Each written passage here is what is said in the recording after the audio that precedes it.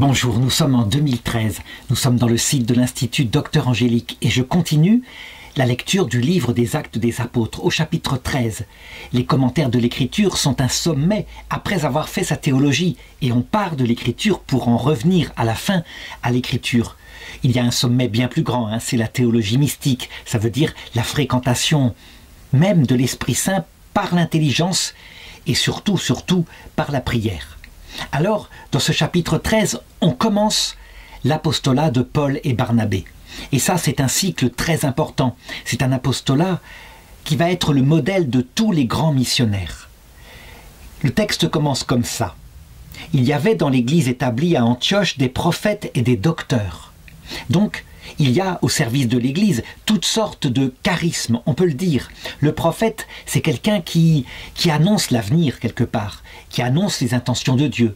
Le docteur, il se sert de son intelligence pour comprendre les mêmes choses, l'intention de Dieu. Dieu lui-même. Quel est le plus grand de ces deux charismes? Je crois que c'est le docteur. Mais en fait, ils se complètent. Il n'y a pas d'opposition entre les deux, mais tout de même, quand l'intelligence, après travail intellectuel éclairé par l'Esprit Saint, comprend la foi, je crois qu'il n'y a pas plus grand charisme que celui-ci. Du moins, si on peut appeler ça un charisme, parce qu'il y a une part qui est de l'ordre du ministère. En tout cas, pour ce qui est de Paul, je crois que c'est maintenant un docteur. Pour ce qui est de Barnabé, eh bien, qui n'a pas écrit pour lui de lettres, peut-être était-il un prophète. Toujours est-il que parmi les docteurs, il y avait Barnabé, Siméon, appelé Niger, Lucius de Cyrène, Manéen, ami d'enfance d'Hérode le tétrarque, et Saul. Or, un jour, tandis qu'il célébrait le culte du Seigneur et jeûnait, l'Esprit Saint dit « Mettez-moi donc à part Barnabé et Saul en vue de l'œuvre à laquelle je les ai appelés. » Alors donc après avoir jeûné et prié, ils leur imposèrent les mains et les laissèrent à leur mission. Ils sont donc envoyés en mission. D'abord ici, il faut constater qu'on leur impose les mains. Est-ce que ça veut dire qu'ils sont ordonnés évêques maintenant, ce jour-là? On ne sait pas, parce que l'imposition des mains peut avoir plusieurs sens. Ça dépend de la parole qui a été prononcée en même temps. L'imposition des mains peut servir par exemple pour la confirmation. Elle donne le Saint-Esprit. Elle peut servir aussi dans n'importe quelle prière où on demande le Saint-Esprit. Et puis, dans l'ordre sacerdotal, on le voit bien, pour le diaconat, pour le sacerdoce et pour l'épiscopat. Saint Paul lui-même donnera d'ailleurs des règles pour bien choisir le diacre, le prêtre et l'évêque. Donc, on ne sait pas quel genre d'imposition des mains ils ont reçu, mais très probablement l'épiscopat. Saint Paul, évidemment, c'est quelqu'un de qualité, donc on lui donne la plénitude de l'ordre sacré. Deuxième chose, on peut se demander, est-ce qu'il faut être envoyé ainsi par l'Église et par l'Esprit Saint pour pouvoir annoncer l'Évangile? Eh bien, je dirais que le Nouveau Testament, c'est une alliance, effectivement, entre Dieu et l'homme. Ça veut dire que Dieu n'agit pas seul. Il aime que l'homme aussi participe et intelligemment, librement, comme des adultes. Donc l'Église, elle n'est pas servante de Dieu, elle est épouse de Dieu. Résultat, je crois que cet envoi-là, c'est la perfection de l'envoi.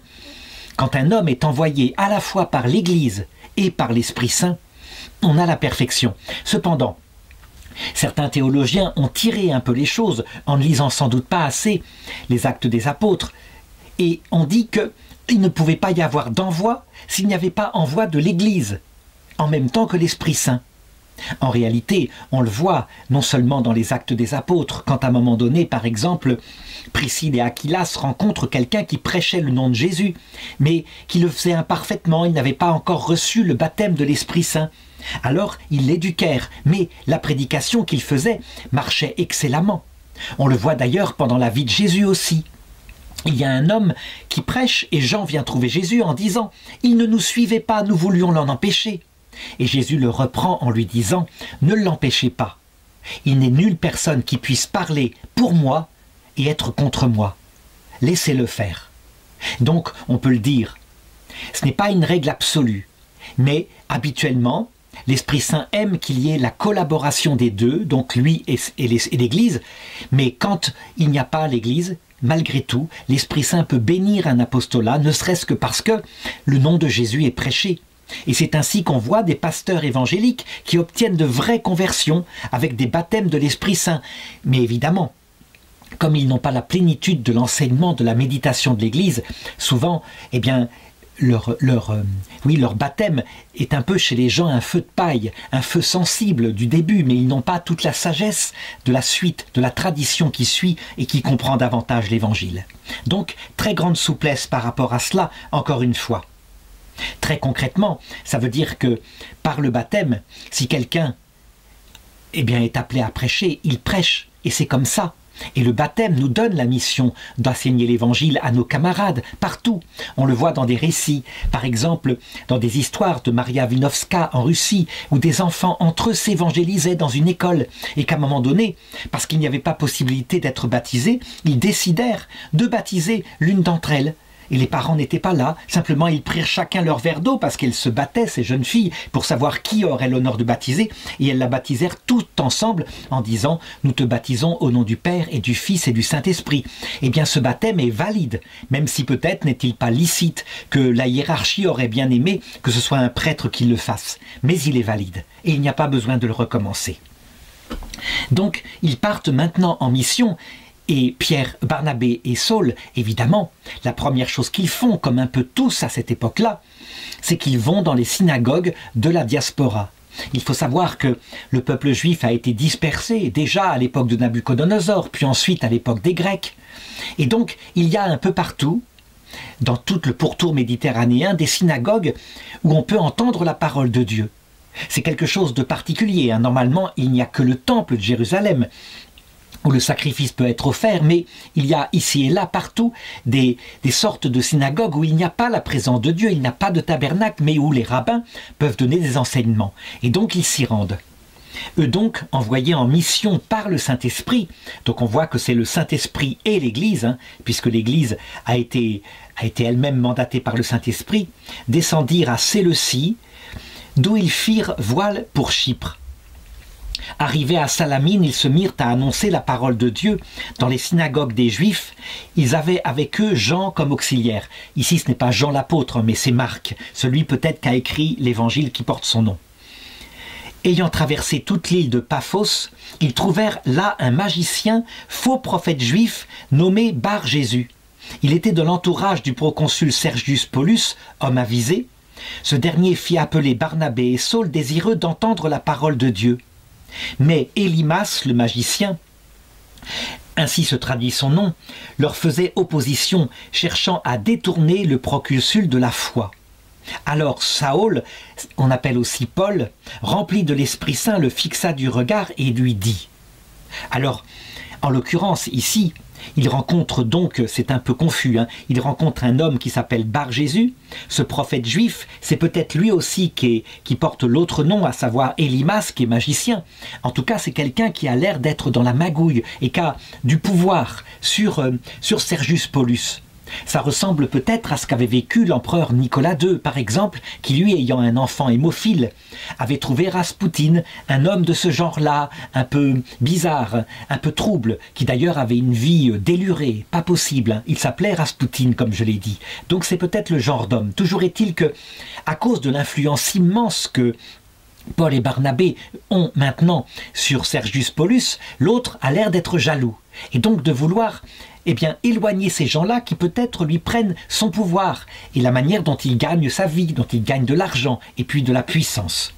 Donc toujours est-il que devant cet obstacle, poussé par l'Esprit Saint, Paul fait quelque chose que on aimerait tous pouvoir faire. Ça serait formidable.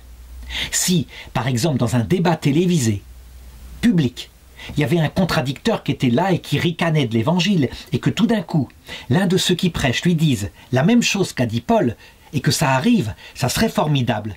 Donc voilà ce qu'il lui dit. Être rempli de toutes les astuces et de toutes les scélératesses, fils du diable, ennemi de toute justice, ne cesseras-tu donc pas de rendre tortueuses les voies du Seigneur qui sont droites? Voici à présent que la main du Seigneur est sur toi, tu vas devenir aveugle pour un temps et tu ne verras plus le soleil. Donc on le voit, Paul se comporte avec très grande fermeté, mais il n'utilise pas la vengeance. Il ne le tue pas, il aurait pu, mais non, le tuer par la puissance de Dieu. Il le rend aveugle et pour un temps.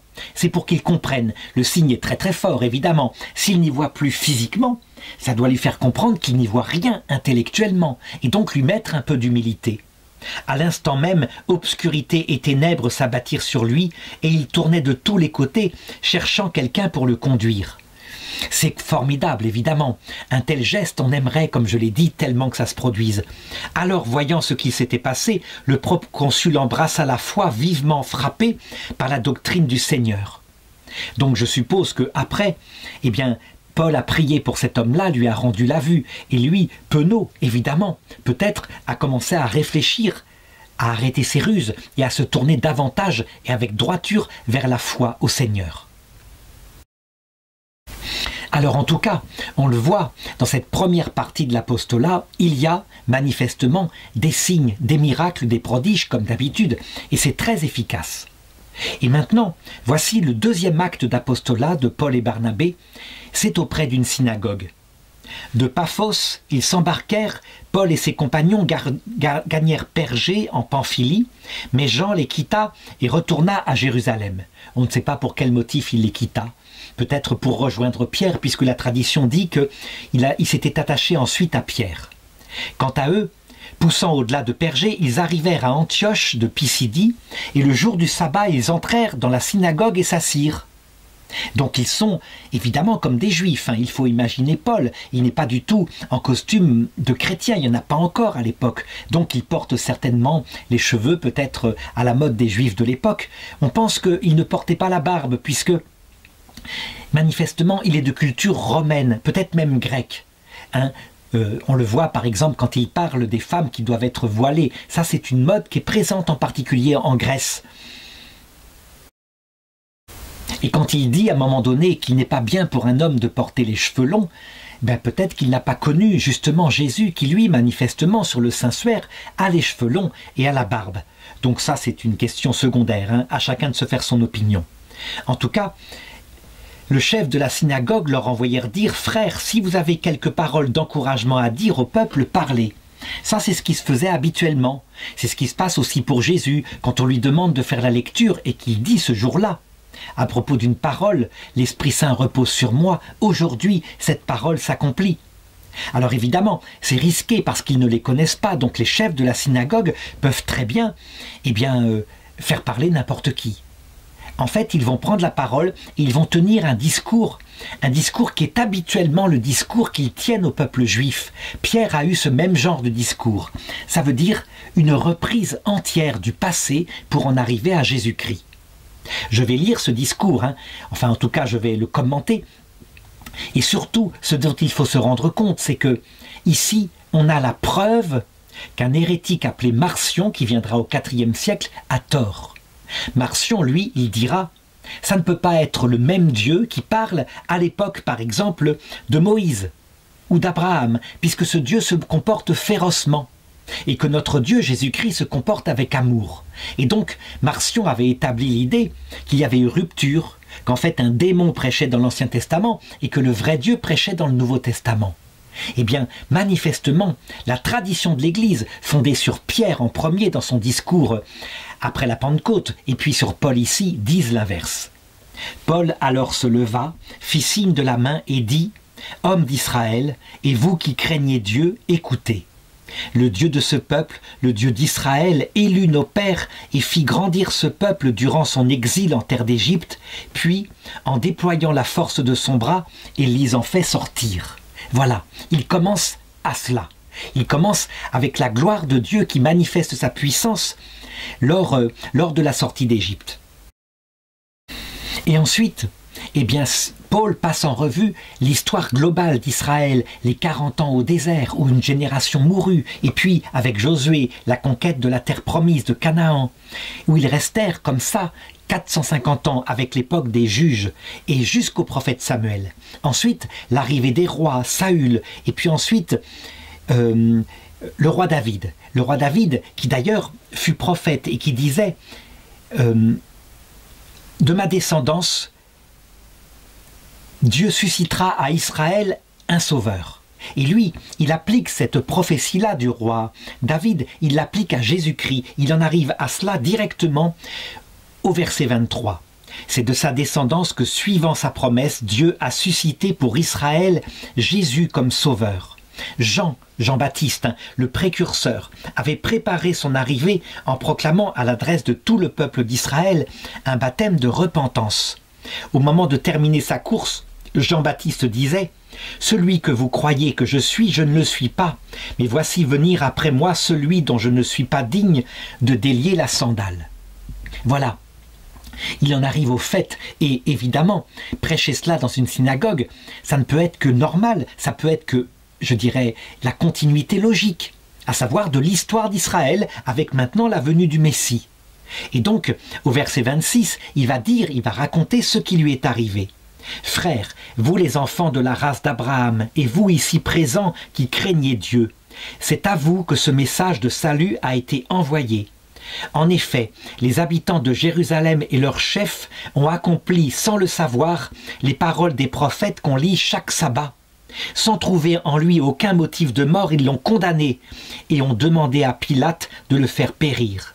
Et lorsqu'ils eurent accompli tout ce qui était écrit de lui, ils le descendirent du gibet et le mirent au tombeau.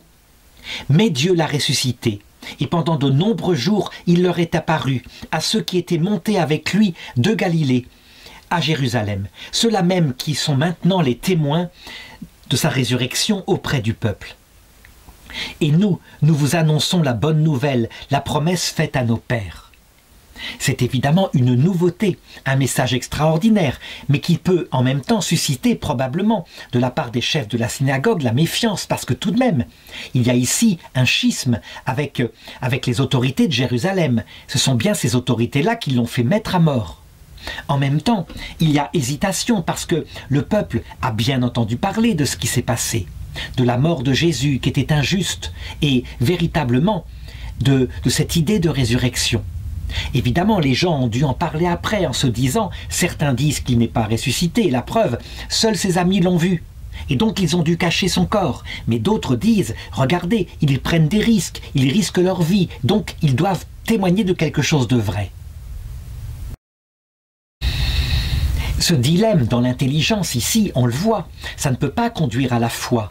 Ce qui peut conduire à la foi, c'est si jamais l'Esprit Saint accompagne la parole de Paul. Si jamais l'Esprit Saint l'accompagne, et si dans la foule présente ici, certains sont comme transpercés par cette parole, stupéfaits, ils l'écoutent, ils en sont bouleversés, que l'Esprit Saint vient dans leur cœur, donc une présence de l'Esprit de Jésus-Christ, alors la conversion se fera. Les discours en eux-mêmes ne sont que des préparations, comme je le disais. Et nous, donc c'est le verset 32, nous vous annonçons la bonne nouvelle, la promesse faite à nos pères. Dieu l'a accomplie en notre faveur à nous, leurs enfants. Il a ressuscité Jésus, ainsi qu'il est écrit dans les psaumes, « Tu es mon fils, et moi-même aujourd'hui, je t'ai engendré ». On le voit évidemment quand saint Paul prend cette parole pour illustrer la résurrection de Jésus. Certains qui ne croient pas pourraient dire, mais il tire le texte, il le tire à lui, il lui fait dire autre chose. Quand il est dit « Tu es mon fils, moi-même aujourd'hui je t'ai engendré », ça peut vouloir dire que le roi David est le fils adoptif de Dieu. Point, c'est tout. Au contraire, ceux qui sont éclairés par l'Esprit Saint, évidemment, trouvent le discours complètement limpide.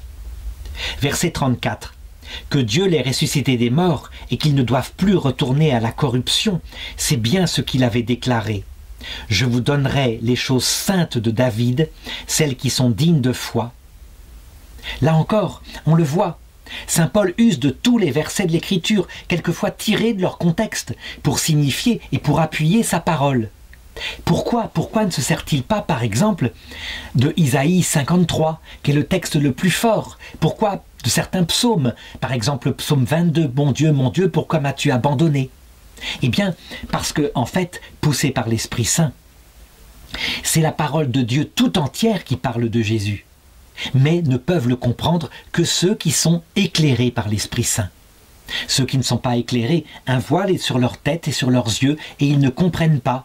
Donc, comme on le voit actuellement, lorsqu'on fait des débats avec des savants juifs, ils disent « Vous, chrétiens, vous tirez les préceptes, vous tirez les versets de leur sens et vous leur donnez un sens allégorique. » Ils ont bien raison, mais c'est légitime.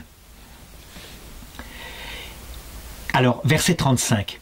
C'est pourquoi il dit ailleurs encore, « Tu ne laisseras pas ton sein voir la corruption ». Or David, après avoir en son temps servi les desseins de Dieu, est mort et a été réuni à ses pairs et a vu la corruption. Donc là, il utilise un raisonnement beaucoup plus précis en leur disant « Ce proverbe-là, cette parole-là qui vient du roi David dans un psaume ne peut pas s'adresser à David, puisque David est mort et que son tombeau est parmi nous. » Il reprend le même raisonnement qu'avait pris saint Pierre dans sa première prédication. Celui que Dieu a ressuscité, lui, n'a pas vu la corruption. Sachez-le donc, frères, c'est par lui que la rémission des péchés vous est annoncée, l'entière justification que vous avez pu obtenir par la loi de Moïse. C'est par lui que quiconque croit l'obtient. Paul, qui est devant un public, qui voit bien la réaction, qui voit bien le visage de ceux qui écoutent, note évidemment qu'il y a des contempteurs, ça veut dire des gens qui ne sont pas du tout d'accord, qui pensent que ici ils abusent de la parole qui leur a été généreusement donnée. Et donc il dit ceci, au verset 40, « Prenez donc garde que n'arrive ce qui est dit dans les prophètes. Regardez, contempteurs, soyez dans la stupeur et disparaissez, parce que de vos jours je vais accomplir une œuvre que vous ne croiriez pas si on ne vous la racontait. »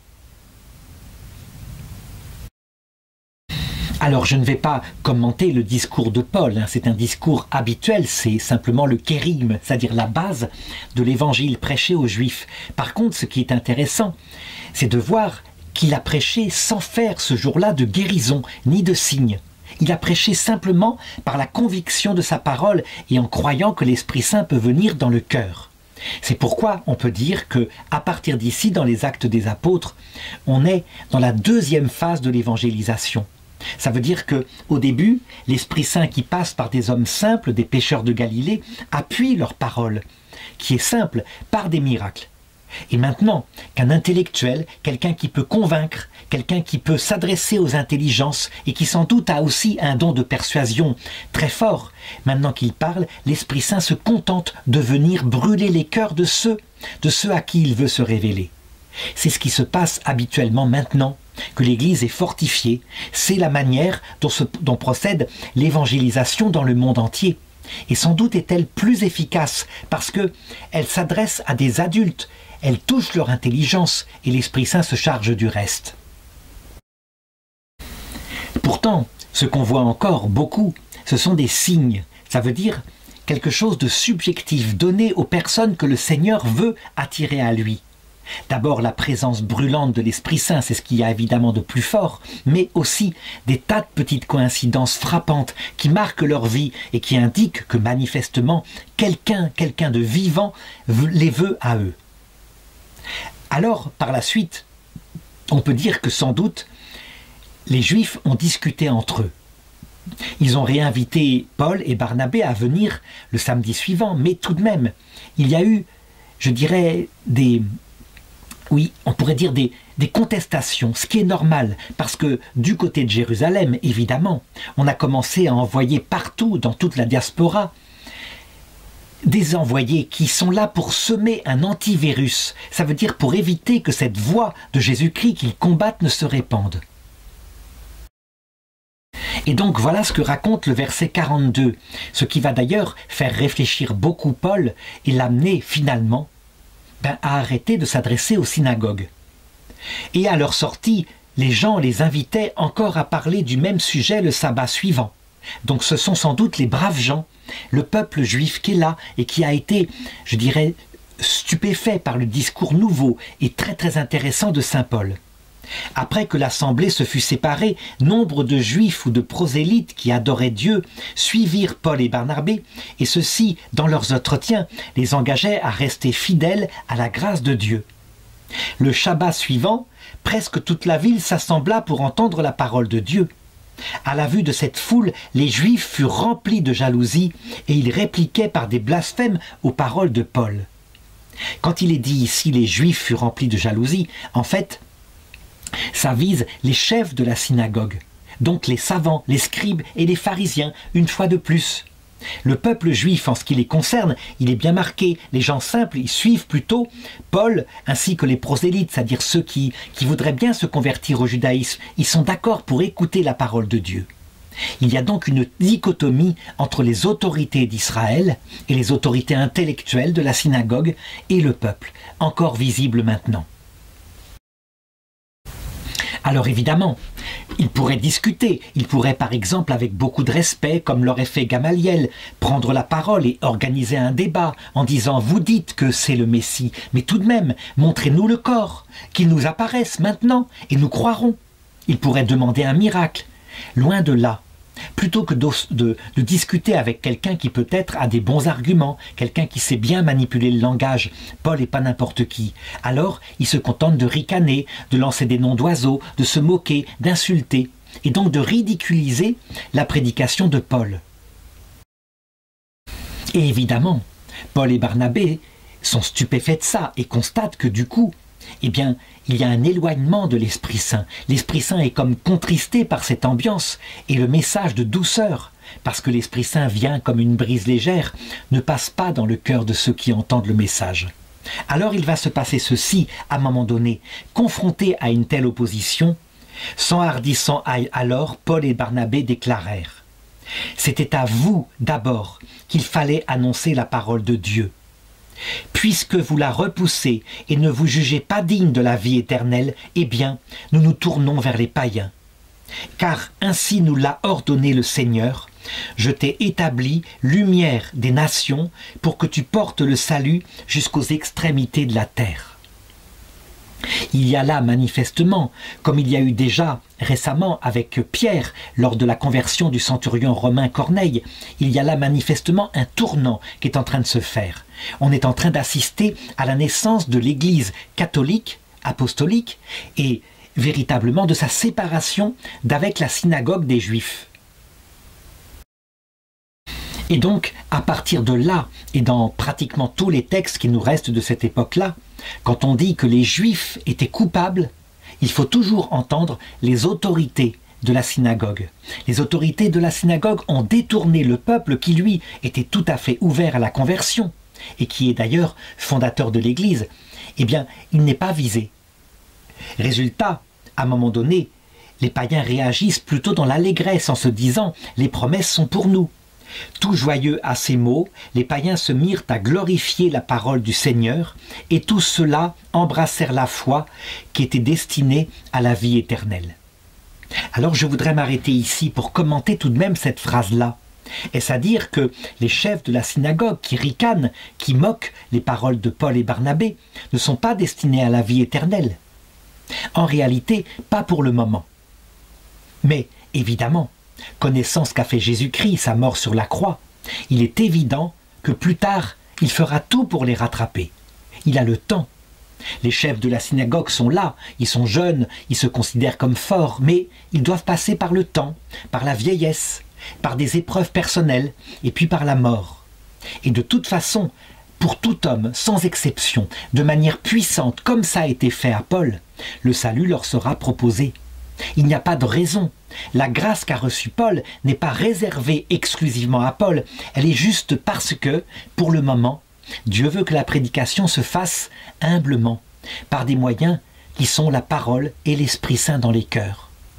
La magnificence de la glorification, de l'apparition du Christ, c'est pour l'étape suivante. C'est pas tellement pour la terre, sauf exception, comme on l'a vu dans la conversion de saint Paul.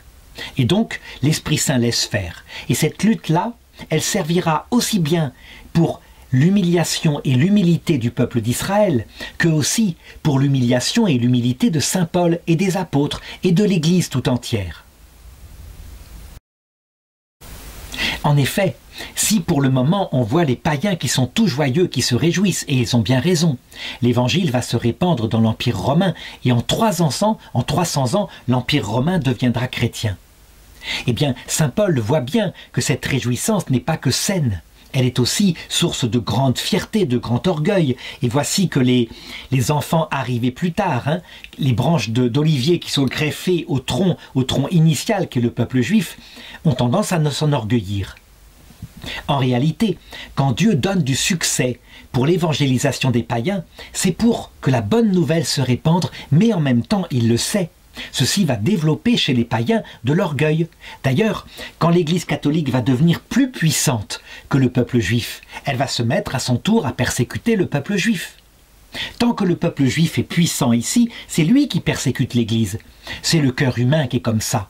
Il ne faut pas croire que, des hommes sont meilleurs que les autres tant qu'on est sur terre, c'est ainsi. Quand on a du succès, on se croit Dieu, et quand on a de l'échec, on comprend notre fragilité.